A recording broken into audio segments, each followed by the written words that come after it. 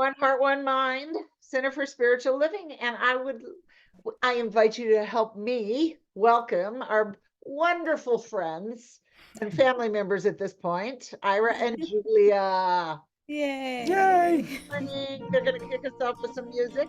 Absolutely. And today our theme, is feeling good.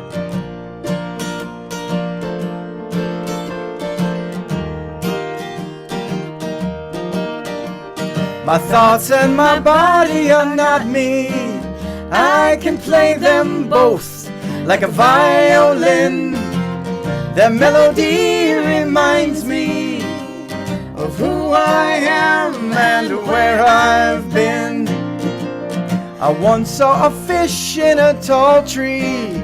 When he saw me, he began to grin. He said, "Your melody reminds me that there's water in air," and he started to swim. I'm barely contained, you can't buy how I feel. I give it away, I'm a bright summer day with the colors of fall. I'm all things at once and I'm nothing at all. Well, I used to think power was outside and that strength was just a muscle show. The strength follows through from the inside. I can bench press the world by just letting go. I once saw a rose in an old book. When she saw me, she began to grin. She said, "Your melody reminds me of happier times," and she blossomed again. I'm barely contained, you can't buy how I feel. I give it away, I'm a bright summer day with the colors of fall. I'm all things at once and I'm nothing at all. Well, breathing, it's more than a pastime. It's a fine line and you can't hold on. Laughing is healing and loving, it's really a wind chime. It's a song.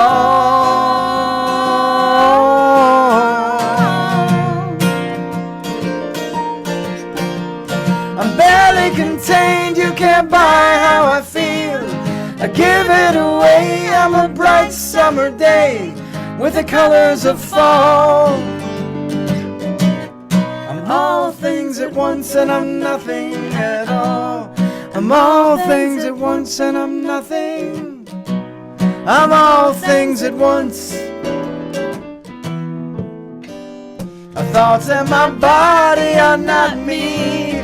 I can play them both like a violin. Their melody reminds me of who I am and where I've been.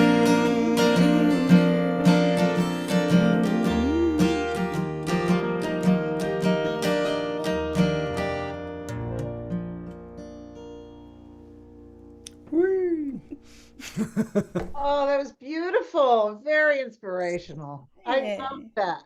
So I have a question though. So I heard one line about you saw a rose in an old book and the rose smiled. I've heard this song before and I just heard that line and I thought, isn't that cool? I Yeah, love once I saw a rose in an old book. When she saw When me. she saw me, she began to grin. Yeah. She said, "Your melody reminds me of happier times," and she blossomed again. great line. I love that. Anyway, it's funny how you hear songs, like I've heard it a couple of times from you, and Yeah. I never heard that line before. It just hit me today. It's I love Yay. lovely. that. Thank you so much. Oh, thank you. Yay. Well, now I would like to invite our practitioner of the day, Rod McGregor, to um to lead us in our opening prayer. I saw him a minute ago. There he is. Hi, Still Rod. here. Hey there, hey Oh, there, hey so there. glad. And as Ira mentioned, it's today we're doing feeling good, much, and I'm feeling better already. It's cool to show up and be surprised that there's Levins here. That's really great. Glad you guys are here. And the subject of feeling good, as most people know, is a subject that's near and dear to my heart. And it is merely by chance that I get this subject for my little practitioner segment in today's service, because I prearranged to do today long before the schedule came out. Anyway, you've heard me refer to our experience here on Earth as the physical universe game. And you've heard me compare this game to the game of Monopoly. And in both games, you have little victories and setbacks. In Monopoly, your victories and setbacks are measured in Monopoly money. You can draw cards that say pay bills of $100, or one that says advance to go, collect $200.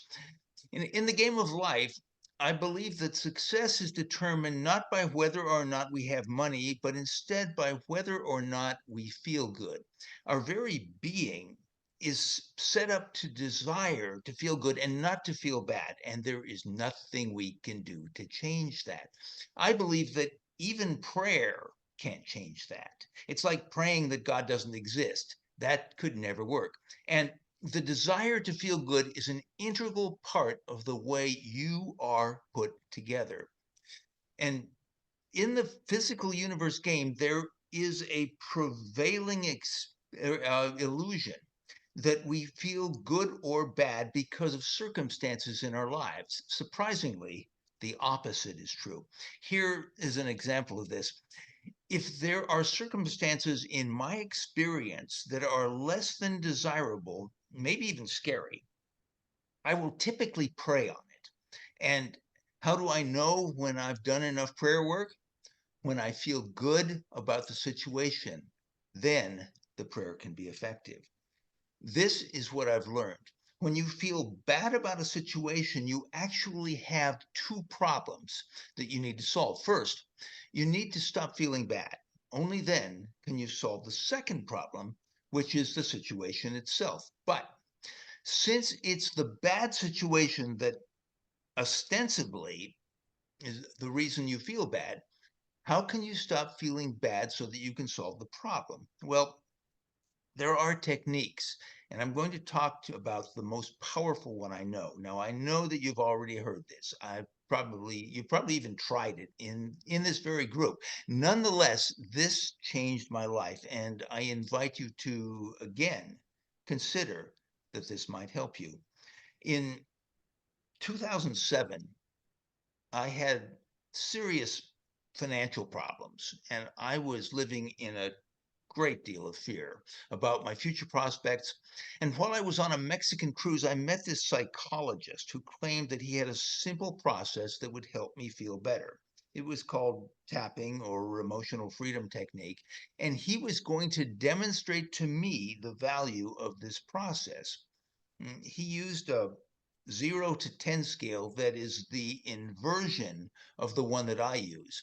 On his scale, 10 was feeling awful and 0 was feeling fine. He asked me where I was on the scale when I thought about my finances, and I told him that I was at an 8 on the awfulness scale. He then said, okay, now tap your skin here and say these words. Now tap your skin here and say these words. Now here, now here. This went on for about 2 minutes. And I'm thinking, this is really stupid. Then he asks me where I was on the awfulness scale. And my jaw hit the floor when I realized I had gone from a level 8 to a level 2 in 2 minutes. He was very matter of fact. He just said, good job. Now we'll get rid of the rest of it. He worked with me for another 2 minutes, whereupon I told him that I was at level 0.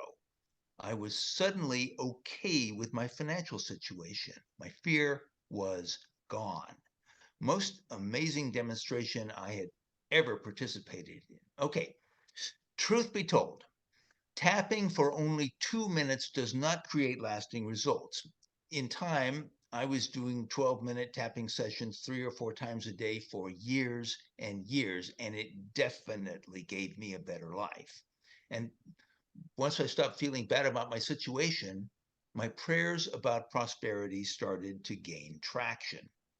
Now, I haven't done any tapping for a very long time. I have other techniques that I like better, but my techniques are hard to learn. Tapping, on the other hand, is easy to learn. You can Google how to do it and watch some videos. And when you're learning, it's an adage about tapping that if you do it right, it works. But if you do it wrong, it works anyway. And perhaps 4 or 5 times I've heard Michelle allude to the fact that she, on occasion, uses tapping. Letting us know it's a service because she's a pretty together person and she still has room for tapping in her arsenal of tools. If it helps her to feel better, it can help you to feel better and have a better life. End of commercial. Let's get this party started. Oh, if you would care to join me, if you're in the mood to join me as we go within, as we close our eyes, if we feel so inclined, and just feel the goodness and godness of the room and the goodness and godness in which we live. We're in this universe where there's always solutions to all our problems, always, never an exception to that. We just got to find it. It is just the most perfect universe to live in. It is the most perfect life to live in because it's 100% God, and God only comes in one variety, and that is perfect. I am so happy that this is my address where I get to live and have my being. It is just delightful, and right now I am celebrating this fact, and I invite you to celebrate it with me, to be grateful for the goodness in which we live. And I am so grateful for this time we have together, for this time to come together, celebrate each other, celebrate this really delightful music, and celebrate the message we're about to receive that is going to benefit our lives. I know this is true. I accept this is true. I say thank you because this is true. I release my word to the universe. I let it be. And together we say, if you're inclined, and so it is. Okay. Michelle is on it, I think, and we are going to, you can join me if you'd like in reciting the January affirmation today. I recognize the power within me that proclaims, behold, I make all things new. And from this place of infinite possibility, I confidently cast my word into law for the expression of God's peace and love to fill every heart and the fullness of life to overflow from every soul. My word catches fire with the power of law. All is well. And so it is. And there you have it. And we're probably going to go back to the Levins, I believe. Is that right? Cool. Right. And always get the accent on the second syllable because it makes them smile. Yeah, Definitely makes us smile. Thank that's you. It for does sure. make us smile. I have to admit, Rob, that was just beautiful. Thank That you was so great. much. Bringing tapping back into my universe, actually making it accessible. I tend to say, oh, it's a lot to figure out, and give up a little too easily. So thank you for bringing that back in. I appreciate that. And I was listening to your voice. You have such a fabulous speaking voice. And there was a moment there I was like, who does he remind me of? Because it was very centering and calming and beautiful. And I was like, oh my gosh, it's Casey Kasem. From the top 40 from decades ago, that comfort that you would hear on the radio coming back at you.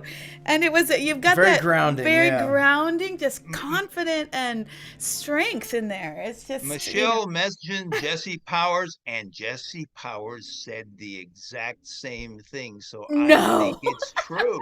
That's astounding. Oh my gosh, that's very funny. Wow. And I'll take it. Thank you for that. Now I can get a job on Top 40 Radio. Oh my God. You can get a job anywhere with that voice. It's great. All right, so right. here we go. Instantly turning it around. It's a brighter day, brighter, brighter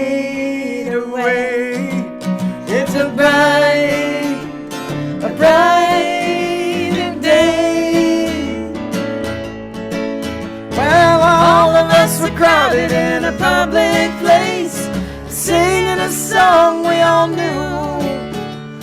And as I looked around me from face to face, a vision of the future grew brighter. It's a brighter day, brighter right away.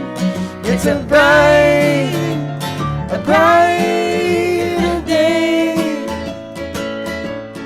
It's I standing on the tracks and I was dragging my heels until I looked up at the sky.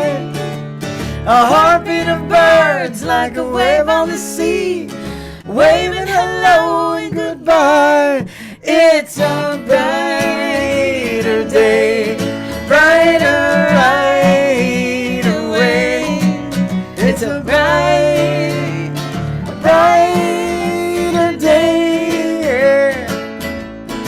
It's a brighter day, brighter right away.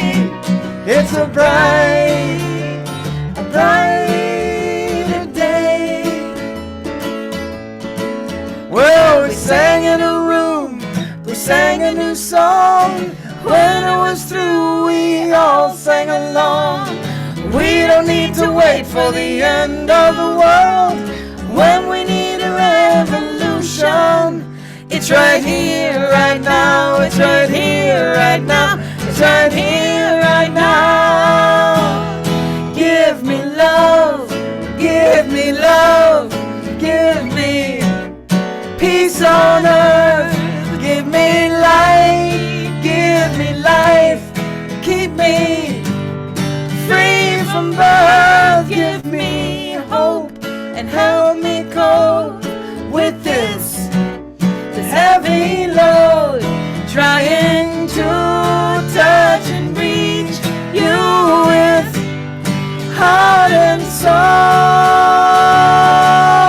It's a brighter day, brighter right away. It's a brighter day, yeah.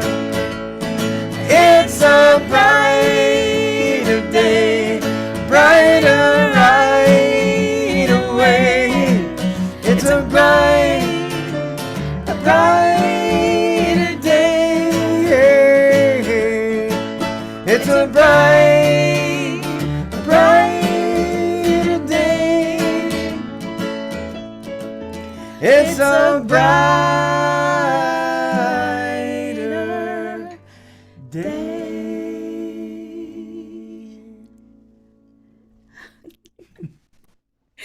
This team lets us pull out all of our favorites. Oh, that was so lovely. Thank you. Yay. Really put me in a good space. Woo! Feeling good. That's what we're talking about. Feeling good. Oh, yeah. We're going to be feeling good. So, thank you for that. I already feel good, but I just want to say again, good morning and welcome to One Heart, One Mind, Center for Spiritual Living. And I do like to say every day, every week, that however you're connecting with us in real time or replay, we're just glad you're here. We're glad you're connecting with us. And today, as we've said many times already, we're talking about feeling good. Rob McGregor, who's our practitioner of the day extraordinaire, pointed out to me last week that all the talk titles for the entire month of January are from the song "Feeling Good." You know, I'm sure you know it. We've all heard it. The chorus goes, "It's a new dawn, it's a new day, it's a new life, and I'm feeling good," which are all the talk titles from the month of January. I did not even realize that until Rob pointed it out to me. It's like, hello. So then I looked it up, and apparently the song was written by two English composers in 1964. And it's been covered by lots of famous people over the years. A woman named Nina Simone, I guess she was probably the first one who covered it. Sammy Davis Jr., Michael Bublé, John Legend, and many other people have covered it. It's just kind of a standard classic at this point. And for good reason. If you listen to the lyrics, and this is really why I'm bringing it up this morning, the song is all about the beauty and the wonder of our physical world and how, if we're paying attention, the natural world inspires us with this sense of connection and joy. It makes us feel good. And the lyrics to the song, I'm sure you remember it, are birds flying high, you know how I feel. Sun in the sky, you know how I feel.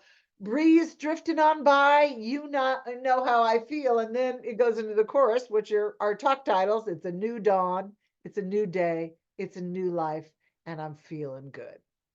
It's all about being in the experience of the natural world, how it connects us to the flow of life. You ever feel that when you're walking in nature, in the woods or on the beach? Connects us to spirit. It's really a song of appreciation for the life we've been given and for the infinite givingness of the divine presence that's behind everything. It makes us feel good, and we all want to feel good. As Rob pointed out to us, I want to feel good. And we should feel good.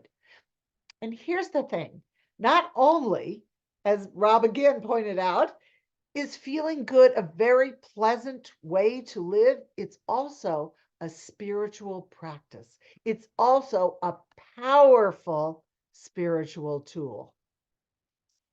I'm going to repeat something I said last Sunday and add to it a bit. It's from Ernest Holmes' Living the Science of Mind. And I never do this, but I left my copy on the computer, on the printer. I'm going to go get it. So I'll be right back.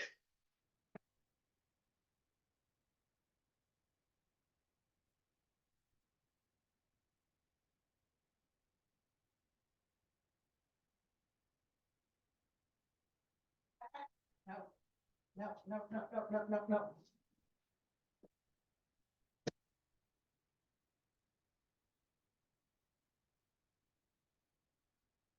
I can't believe I did that. That seems a little homespun to me, but I wanted to read this passage and I was like, oh, dang, I printed it off and left it sitting on my computer. Kind of hard to read from there. Anyways, thank you for your indulgence. I appreciate it. So here's the passage. I read part of this. It's from Ernest Holmes' Living the Science of Mind. And it's an essay called Thought, Feeling, and Emotion. And I read this first part last week because we talked about feeling a bit last week as well. And the first part said, and I was actually kind of inspired and a little bit blown away that I found this passage because I never really heard Holmes refer to feeling in such a passionate way. But anyway, he wrote, I believe that the heart of the universe, the essence of reality or God, the living spirit, is the essence of pure feeling. I believe that feeling is back of every creative impulse, whether in God or mankind. And this is why I've called it a spiritual practice or tool. It's behind the creative impulse. And I truly believe this. I intuit that we all live in a feeling universe. Feeling is the creative juice behind everything. And then Holmes goes on in the same essay, which I think is also fascinating. The feeling in human beings, and to some degree in animals, breaks down into what we call emotions. I think this feeling is the fundamental essence in the universe. It is a part of the nature of reality. And here's the part I like. Our emotions are this original feeling flowing through us as the universe individualizes itself in us. I realize that's a mouthful. You know how wordy Ernest Holmes can be. So let me read that last line again. Our emotions are this original feeling flowing through us as the universe individualizes itself through us.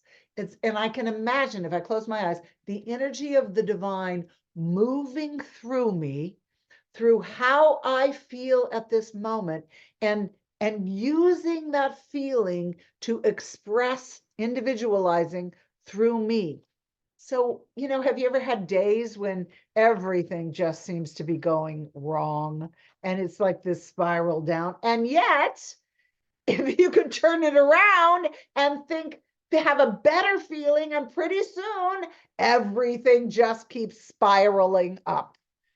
How we feel is powerful. It's our prayer.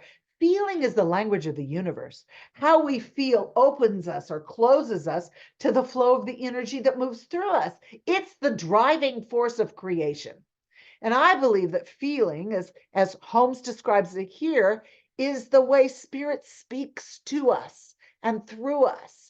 Feeling is the language of intuition, of love, of connection, all the many, many aspects of spirit that we attribute to spirit. They're all felt feelings.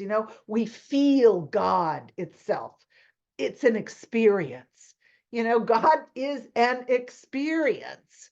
Personally, I don't think it's really possible to think God. We can try to wrap our head with our limited conscious mind around an infinite reality, but we fall short. But we can feel God. We feel God, and it's a good feeling. How we feel is the prayer that we offer to creative law. Our feeling activates, and I believe that Ernest Holmes used the word impresses creative law to bring us more and more good things to feel good about. It's kind of the secret sauce to a creative and a meaningful and a joyous life. And what metaphysics teaches and what spiritual masters have been saying for thousands of years, and what I've certainly come to believe, is that feeling good, and Rob alluded to this as well in his intro, which I loved. Feeling good isn't about having everything in the outside world line up exactly like we want it to. And it also isn't about giving up everything that we desire to have in the physical world either. It's deeper than that.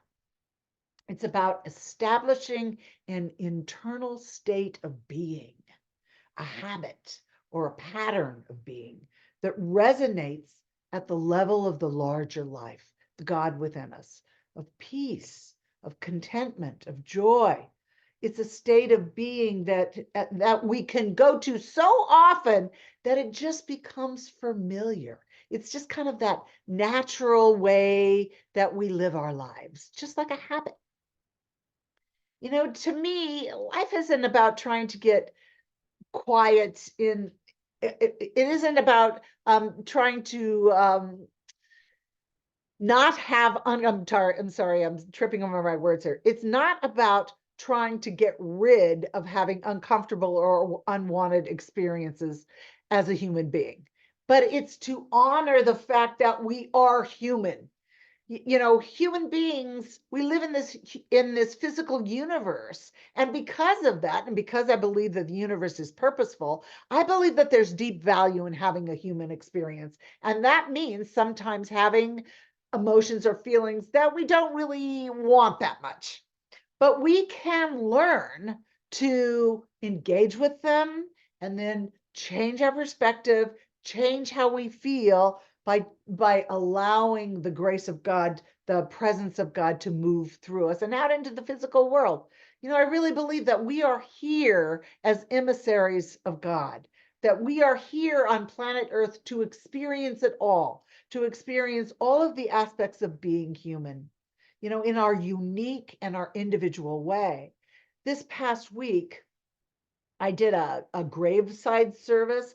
Some of you know Jim Sultanan. His wife Dee still joins us from time to time. But Jim passed away in November, and Jim was 95, and I think Dee's 94, 95 herself. They've had a wonderful life together. They're fabulous people, and I love them. And Jim was a scientist. And in my search for looking for something to read to offer at the graveside service, I ran across this passage by a man named Fred Wolf. You might know him. He calls himself Dr. Quantum. And he wrote a little book called the little book of big ideas. And I wanted to find something that paid respect or honor to the body that we leave behind when our spirit moves on to the next level, because it was a graveside service and that's what we were doing. But our human body also deserves respect and honor for being the vehicle through which we traveled through Jim's 95 years or however many years we live. And I loved this idea because in it, Dr. Quantum talks about honoring the gift of our humanness, of our human bodies. And I think that's part of just being human, to engage with everything, the good feelings, and to engage with the bad feelings as well. Well, anyway, I'll say more about that in a minute. Anyway, Dr. Quantum wrote, being in the mystery, questioning, exploring, it's all important. But never forget that if you only get into the mysticism, you miss out on what the material world is all about. Think about it. You're here, you're in a body. Wow. And you've got so many things you can do with it. The world offers rich experiences to create and participate. To deny this is crazy. We're put here, or more accurately, we chose to be here in order to get, not in order to get back to where we came from. Actually, we're already there. So why not enjoy the experience? Why not enjoy everything?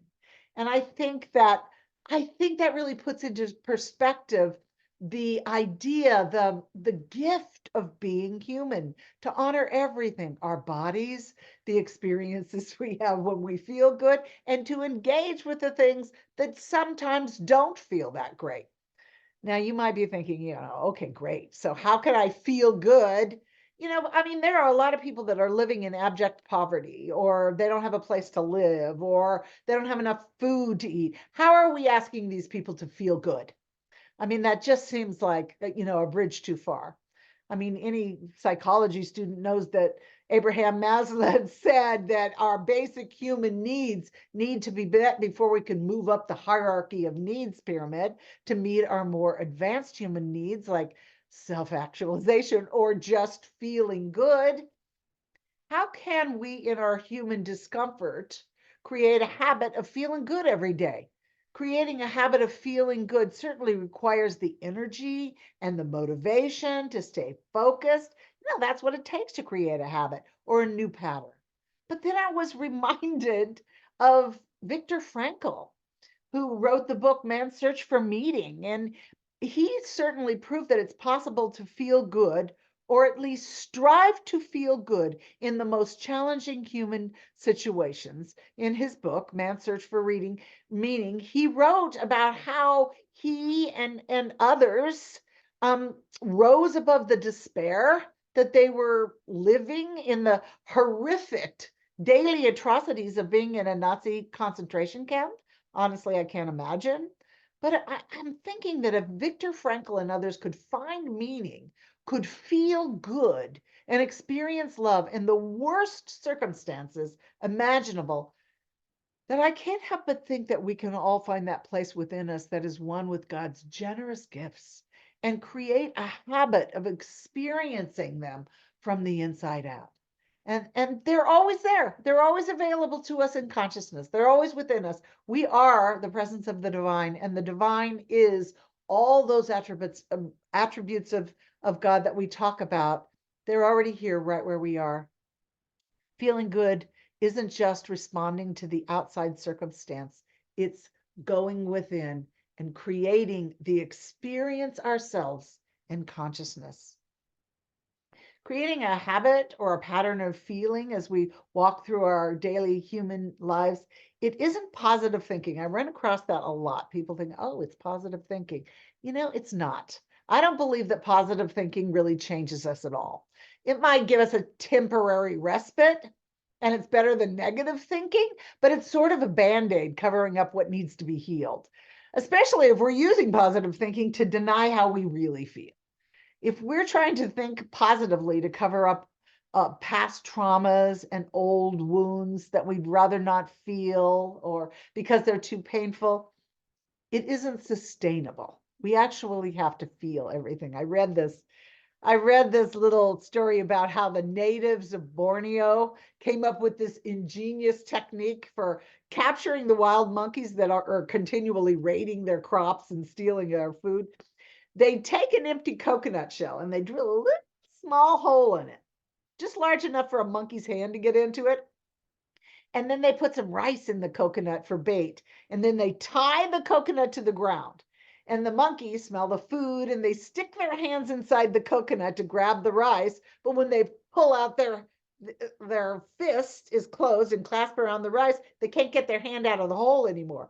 They can't pull their whole hand out. And the only way that they can escape is to let go of the rice. And I think this serves as a great metaphor for us, for how to create a new pattern of feeling good. We have to be willing to let go of the rice. We have to be willing to engage with the old traumas and the old wounds. We have to let them bubble up. We have to feel them. Emotions are energy and they want to move through us. And if we try to suppress them or not look at them or pretend they're not there, we never move through them. We never get past them. Part of being human is to have emotions that aren't the most comfortable. And if we want to feel good, we've got to let those go. I was reminded of that poem, that Rumi poem, as I was talking about this, as I was putting my talk together. You probably have heard it, I'm sure. It's called The Guest House. It speaks to this perfectly. This is exactly the point of the poem. He wrote, "This being human is a guest house. Every morning a new arrival, a joy, a depression, a meanness, some momentary awareness comes as an unexpected visitor. Welcome and entertain them all. Even if there are a crowd of sorrows who violently sweep your house empty of its furniture, still treat each guest honorably. He may be clearing you out for some new delight. The dark thought, the shame, the malice, meet them at the door laughing and invite them in. Be grateful for whatever comes because each has been sent as a guide from heaven." We have emotions for a reason. I really think this is wise counsel to expand, to grow, to move forward. We have to make space for the new patterns that we'd like to install that make us feel good. Human beings are brilliantly designed. When we meet challenges in our lives, our human nervous system is designed to react, and sometimes with emotions that we'd rather not experience.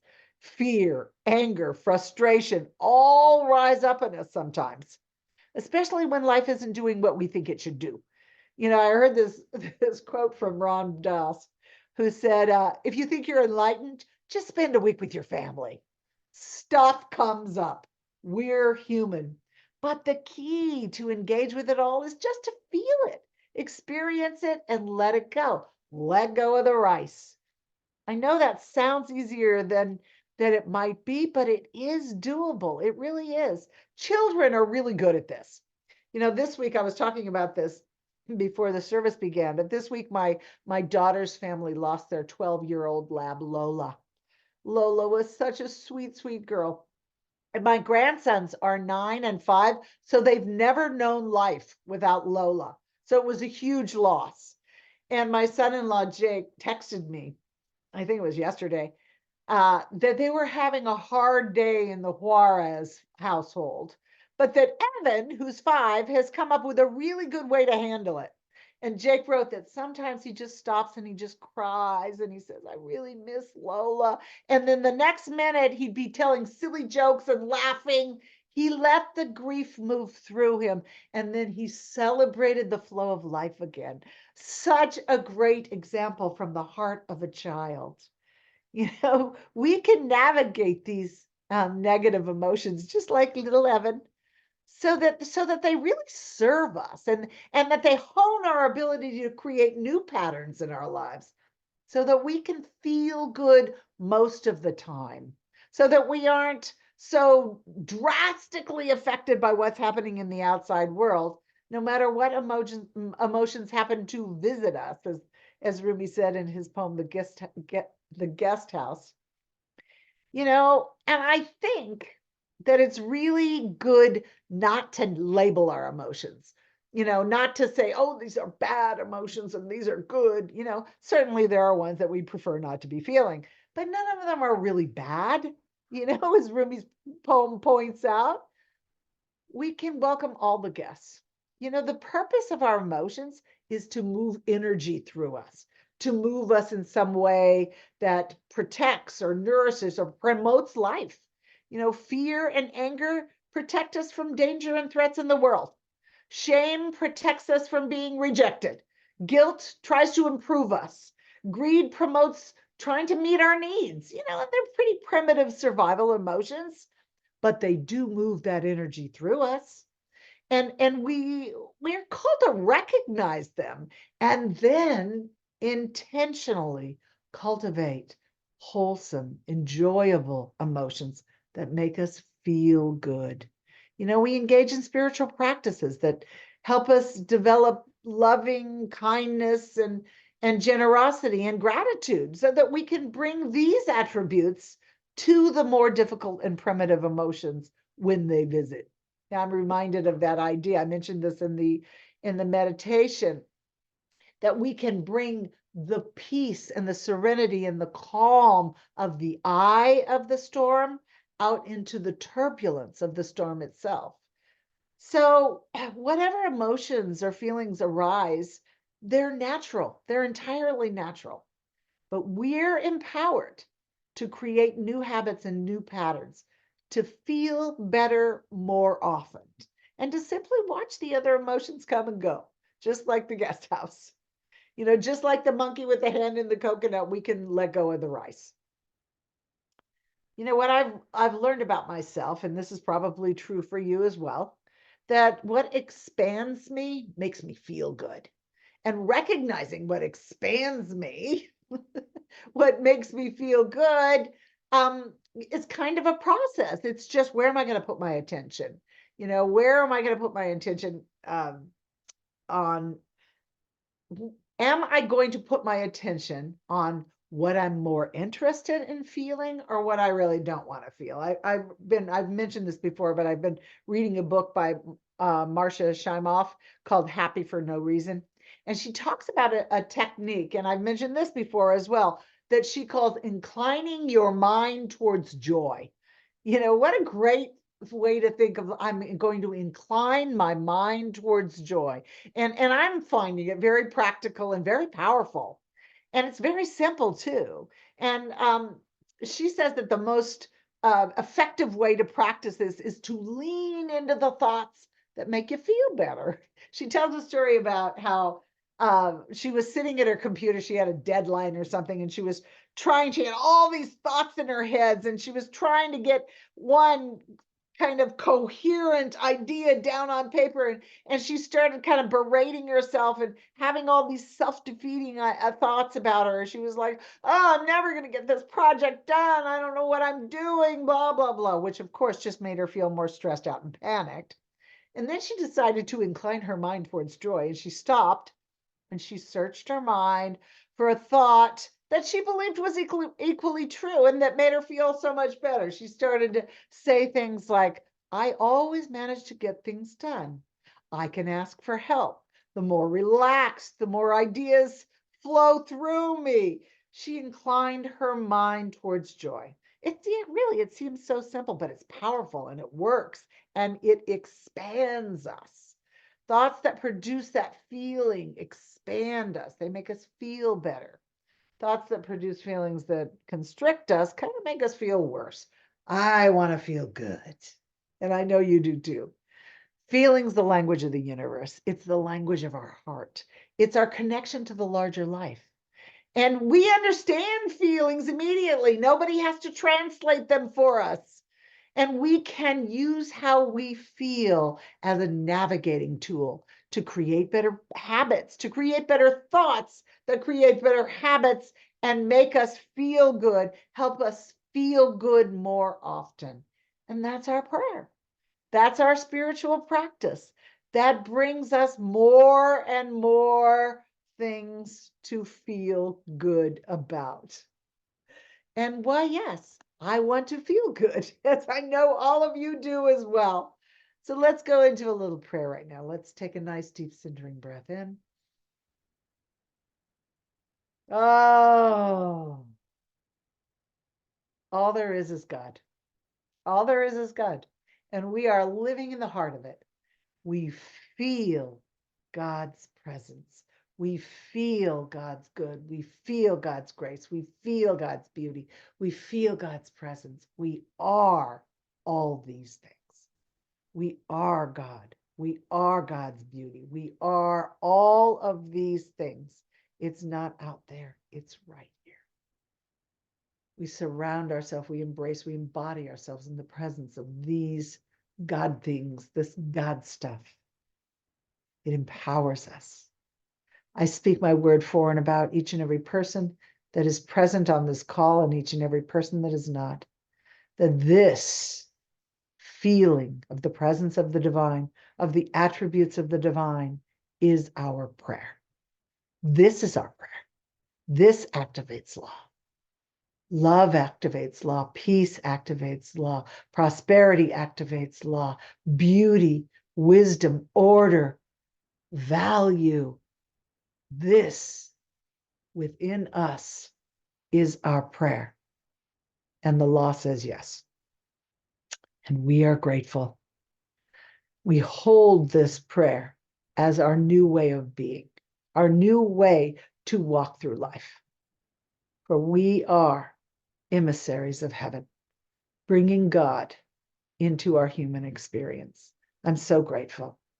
I relax in this knowing, and together we say, and so it is. So it is. Woo, woo. Boy, we are going to be feeling so good all day long. Between Rob and the music and the talk about feeling good, woo, we are feeling good. Let's see. What are we doing? Oh, who is, I don't really remember who is, I'm going to turn my view on gallery so I can see all your lovely faces. Lisa, are you doing our prayer for, Yes. oh, Yeah. bless your sweetheart. I haven't seen you today. I'm so glad you're here. Yes, thank you. Nice to see you. And so, in that state of feeling good, one of the ways that each of us knows we can feel good is by giving service to others. And so, this is our time to express our gratitude for being able to come together in this way and experience a new level of spirit. And so I urge you to make a contribution either by Venmo or by mail. And excuse me, that's it. I'm losing my voice.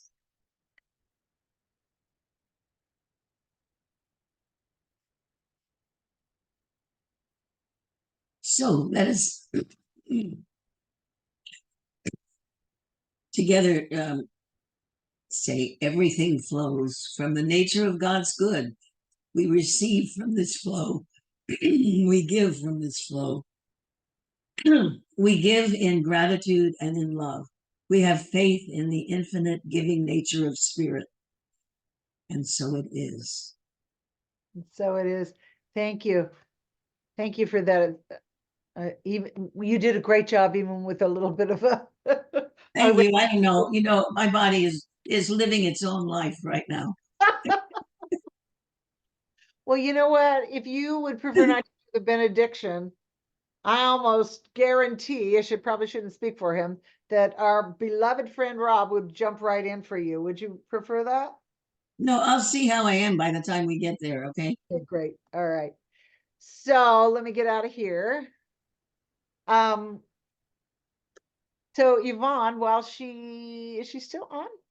I don't see her anymore. She must have popped off. Oh, you're still here. So I'm stepping in to do our fabulous announcement person's job for her until she's feeling back to her normal energy flow. So we always have our Monday evening prayer group. We all know that 6 o'clock on Monday. It's a quick little dive into spirit just to kind of reconnect and pray for our center in the world. Right now, we've been doing a lot of world peace stuff on our call. On Tuesday evening, we're having our I think, is this our last week? This might be our last week of 5 Steps to Freedom by John Waterhouse. And we're talking about, we're kind of pulling it all together. Oh, actually, we're doing release, right? We're doing yeah, okay, thank you. We might have 2 weeks left. My bad. Anyway, so we're doing that on Tuesday at 6 o'clock. And even if you don't always get a chance to read the chapter, just come join us. We have great fun just discussing the principles and praying for each other at the end. And please remember unexpected income. I just got some, and I'm gonna give my 10% of my $250. So I love doing that. It's so fun. And I do want to say one thing. It's not until March, but I'm going to give you a heads up anyway. So we have a sister, well, I guess we could call it a sister center down in La Mesa, Om Center for Spiritual Living. And it is my beloved. I love this woman. I've known her for many, many, many years. Suzette Weehut. She did the technology when I was in ministerial school back in 2005, I think it was, when I first jumped in there. And we've been friends ever since. And Om Center and One Heart, One Mind, we both walked through COVID together, and so Suzette and I have been looking for ways to kind of expand both of our communities. She has a computer business, and she's super tech, and she has all the streaming Zoom apps, all of the technology set up in her center already. So we decided that we were going to do something together. So on March 17th, if you live in the area, you can come in person to the Om Center. Suzette and I are going to give our talk together, and it's going to be streamed and Zoomed and the whole thing. But we just want to just do something different, kind of shake it up, and partner with another one of our centers for spiritual living. So I'm really, really looking forward to it. And Suzette looked up the title for that day, and it's Feeling Good. It was like, we're going to talk more about feeling good. Oh, we've got that dialed. So anyway, if you would like to join in person and just have a personal experience and you're in the area, just come on down. Otherwise, it will be a different Zoom link because we're going to use their Zoom link. So I will get that out to you in plenty of time. We've got over a month. We've got probably about 6, 7 weeks. So I'll tell you more about that as we get closer. But it sounds fun, right? And then we might do it more and more often just for fun. So I think that's about all I have. So I'm going to throw it back to Lisa for the benediction, and then we'll have some more music from the Levins. Did I say that right? Levins. Wins, ends. There we go.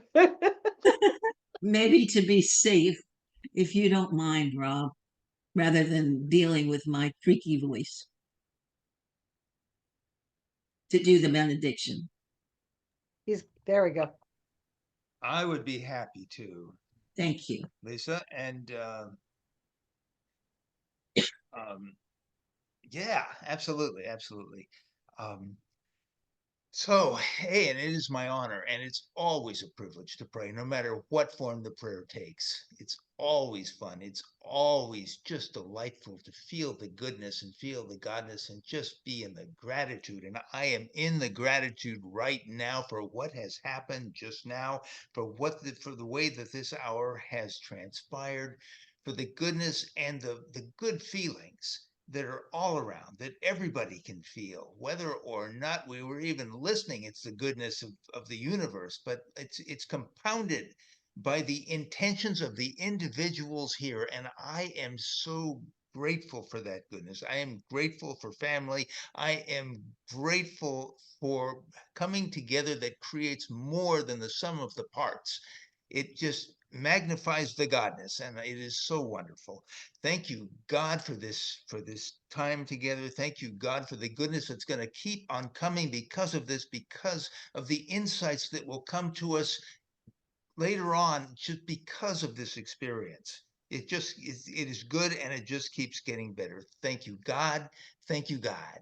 I release my word, and as the one that we are, together we say, and so it is. Oh, Thank thank you, you so Rob. much. Yeah, thanks, Lisa. Thanks, Rob. That was beautiful. That was beautiful.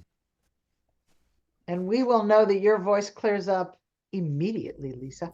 Yeah. That's great. So, music. Woohoo! All right. It's a new dawn, it's a new day, it's a new life for me. Feeling good. And a curveball, here we go. It's a bright golden haze on the meadow. It's a bright golden haze on the meadow. And the sun is as high as an elephant's eye. And it seems to be climbing right up to the sky. So join us. Oh, what a beautiful morning. Oh, what a beautiful day. I've got a wonderful feeling that everything's going my way. Oh, the sounds of the earth are like music. Oh, the sounds of the earth are like music. Oh, the wind is so busy, it don't miss a tree.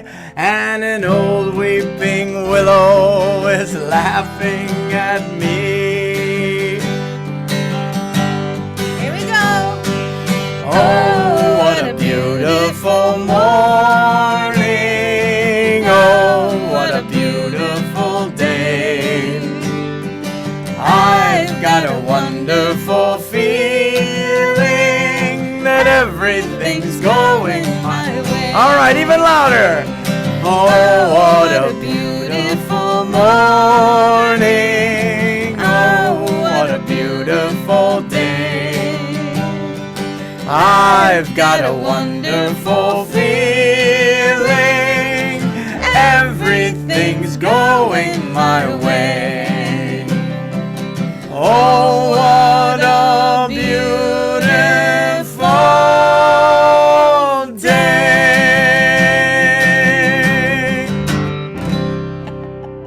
Whee! Oh, I love it from Oklahoma. Right? Well, it's funny because we were going to do Feels So Good, and I thought it's in a minor key, and I was having a hard time bringing that in to saying yes. He's like, of course we got to do Feeling Good, and I was like, I don't know. It's words, Oh, yes, but the joy. key was not the right key for me. I'm like, and he said, what about, oh, what a beautiful morning? I was like, perfect. That was just God, I where it needed to be. love that song. Yeah.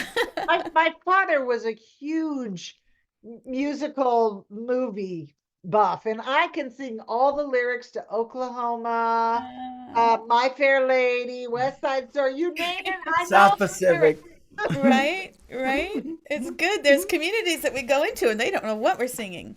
They have no clue. So I knew, we always like to try to do a sing along. And that one I just thought, oh, they're going to know this one. So that was Totally, perfect. totally. All right, I'm gonna turn our recording off and our